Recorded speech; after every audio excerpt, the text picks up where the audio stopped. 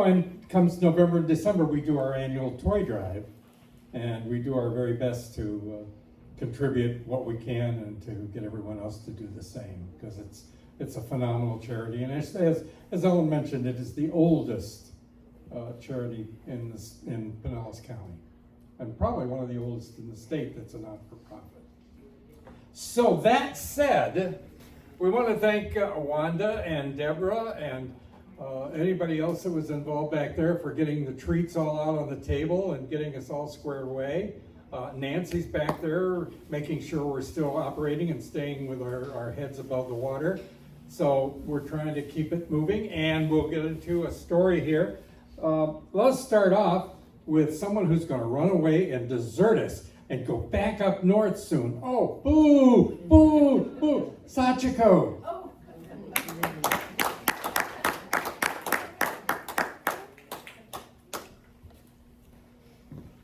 Thank you, Ross. Yes, we are deserting you. Sorry. Dick and I are snowbirds.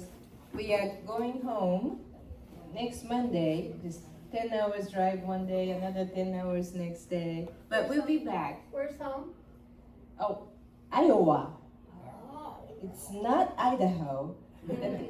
People just always get confused between Idaho and Iowa.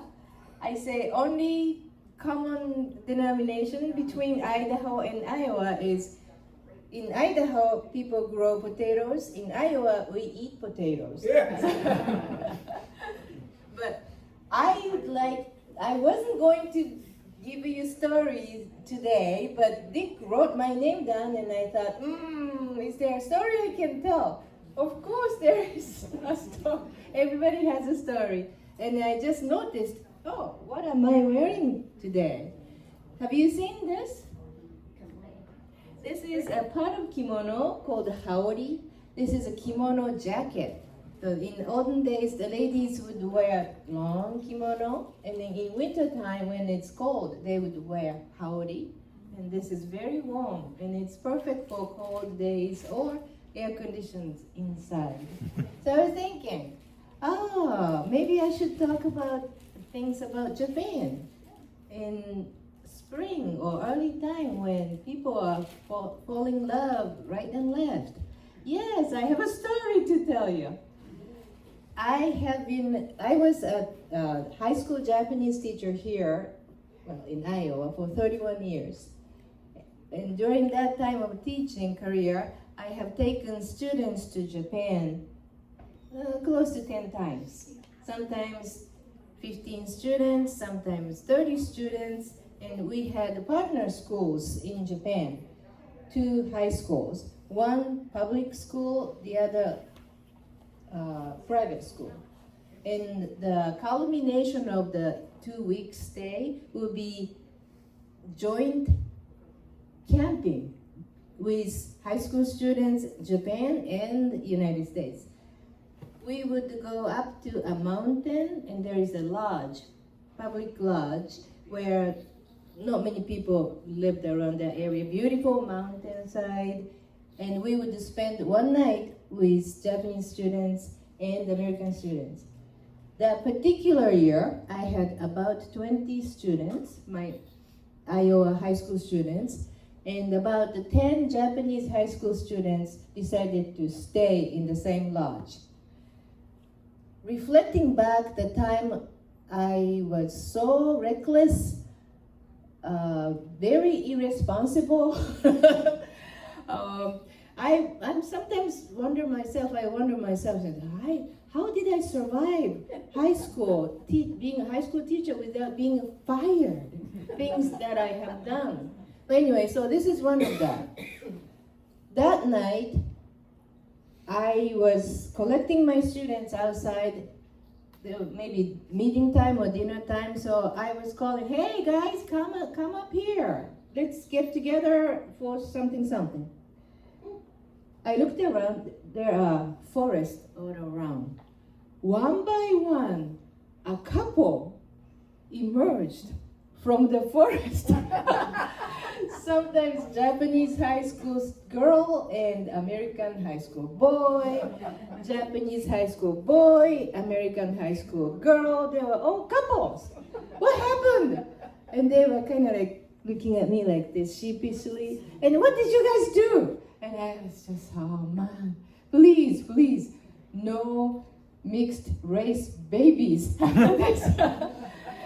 So I was already very nervous about this whole situation. And then about 7 o'clock at night, I realized I was the only chaperone for these 30 students. All the Japanese teachers said, okay, excuse me, we're going home. What do you mean you're going home?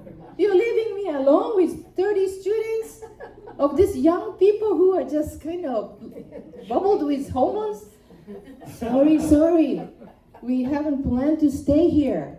Oh, come on. So I just, okay, I'm gonna stay here. I'm gonna be a hook and I'm gonna watching over those students. Little while after that, I heard a rumble. Vroom, vroom, vroom, vroom, vroom, vroom, vroom, vroom. The noise of, unmistakable noise of motorcycle. Not one, not two, not 10, not 20, like hundreds of them going vroom, vroom, vroom, vroom, vroom, vroom, vroom, vroom, vroom, vroom, vroom. They were circulating from the bottom of the mountain all the way up the hill. Beautiful, nice scenery. And then they were gathering in front of our lodge. Huge crowd of motorcycle gangs. And I was the only chaperone with 30 students, and I was just panicked. And they were going vroom, vroom, vroom, vroom. They don't turn off the engine. They're just going vroom, vroom, vroom, vroom, vroom, vroom, vroom, vroom. And I was just horrified. What do I do? What do I do? I'm going to resign right here. And then one of the 10 Japanese students who was staying with us stood up, and he said, leave it on me. I was once their buddies, so let me talk to them. So he just sounded to the group, and he said, I'm sure they said, please spare their lives. We don't want an international incident here. They are just teenagers from Iowa, our sister city, high schools. Please leave them alone. And then he came up, and then he said, everything's okay. I took care of it. Oh, thank you so much. Thank you so much. So after that, little by little, they go vroom, vroom, vroom, vroom, vroom, vroom, vroom, vroom, vroom. They were just circling us just to show us how strong they were. Then vroom, vroom, vroom, vroom, vroom, vroom, vroom, vroom. They left us alone. That was one memorable moment in my career, 31 years of teaching. Thank you.